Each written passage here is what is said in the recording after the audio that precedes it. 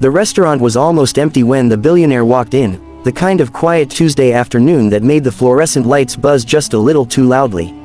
Liam noticed him right away, not because he followed celebrity gossip, but because everyone else did. The man's face was all over the business magazines, a venture capital legend who'd turned half the tech world upside down.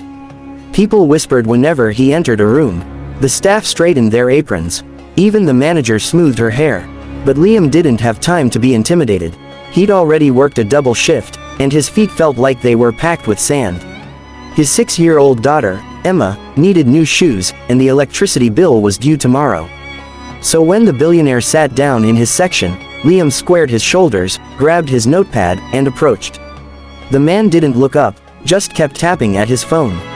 "Sparkling water. No lemon," he said, voice flat.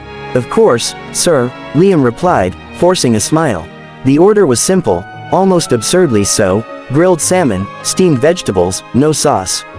Easy enough. Liam made sure everything was perfect anyway.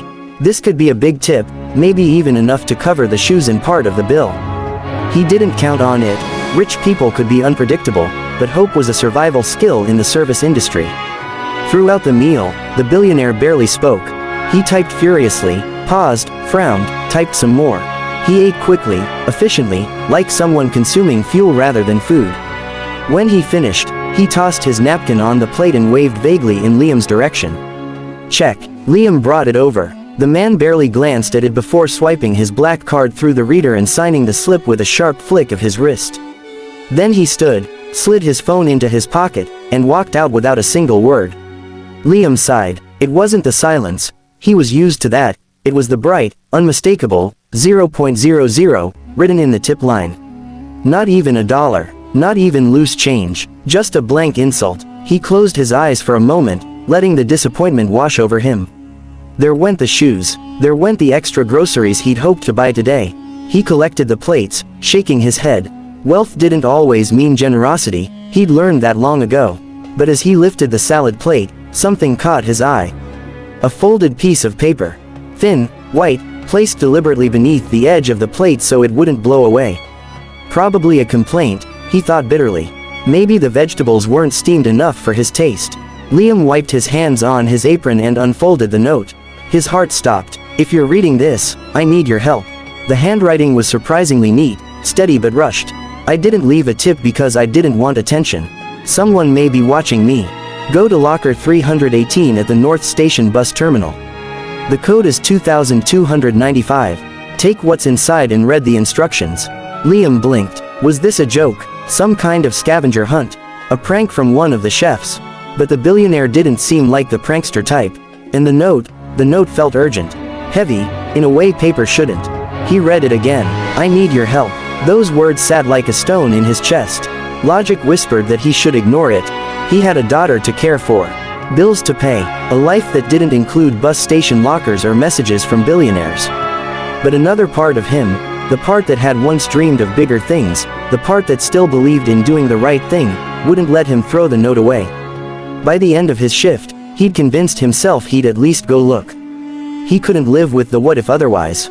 After picking up Emma from his neighbor's apartment and tucking her into bed, he left her with the sitter for an hour.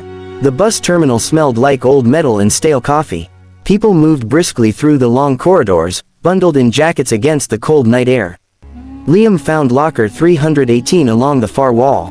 His fingers trembled as he typed in 2295. The locker clicked open. Inside was a small black envelope and a flash drive. He looked around. No one was paying attention to him. He slipped both items into his jacket and hurried home. Once Emma was fast asleep, he sat at the kitchen table and opened the envelope. Inside was another note. "If you're reading this, then you're already involved." Liam exhaled shakily. "The flash drive contains evidence, criminal evidence, against my business partner. He's been laundering money, funding violent groups overseas, and framing me for the transactions. I can't take this to the authorities yet. He has people everywhere, people who watch my every move. But he doesn't know you. And he won't think to look for a waiter." Liam swallowed. "All I need is for you to drop the flash drive at the Channel Street Library, return slot number 6, tomorrow at 10:15 a.m. sharp. A journalist I trust will retrieve it. After that, burn this note." If you complete the delivery, return to locker 318 the following day at the same time. You will find a thank you waiting for you. The letter signed with nothing but an initial A. Liam sat back. This was insane, absolutely insane. And yet, the drive sat on the table between his hands, a tiny piece of plastic holding a billionaire's secret life. He barely slept. The next morning, he dropped Emma at school, then drove to the library. His heart hammered as he approached the return slots.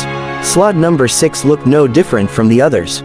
He slipped the flash drive inside and walked away, trying not to look behind him. For the rest of the day, he waited for something: sirens, phone calls, men in suits. Nothing came. The next morning, at 10:15 sharp, he returned to locker 318. The code still worked. Inside was a thick envelope. He looked around again, old habit now, before pocketing it and driving home. Only when he was safely in his kitchen did he open it. Inside was a single note and a cashier's check. You likely saved my life, and possibly many others. Thank you. The check was made out to him. For $250,000.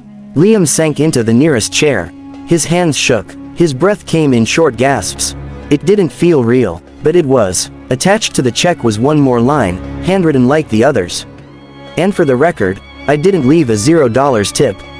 I left a message for the one person in that restaurant who looked like he still believed in kindness. Liam wiped his eyes. Maybe it wasn't kindness. Maybe it was desperation, or exhaustion, or hope. But it had changed everything.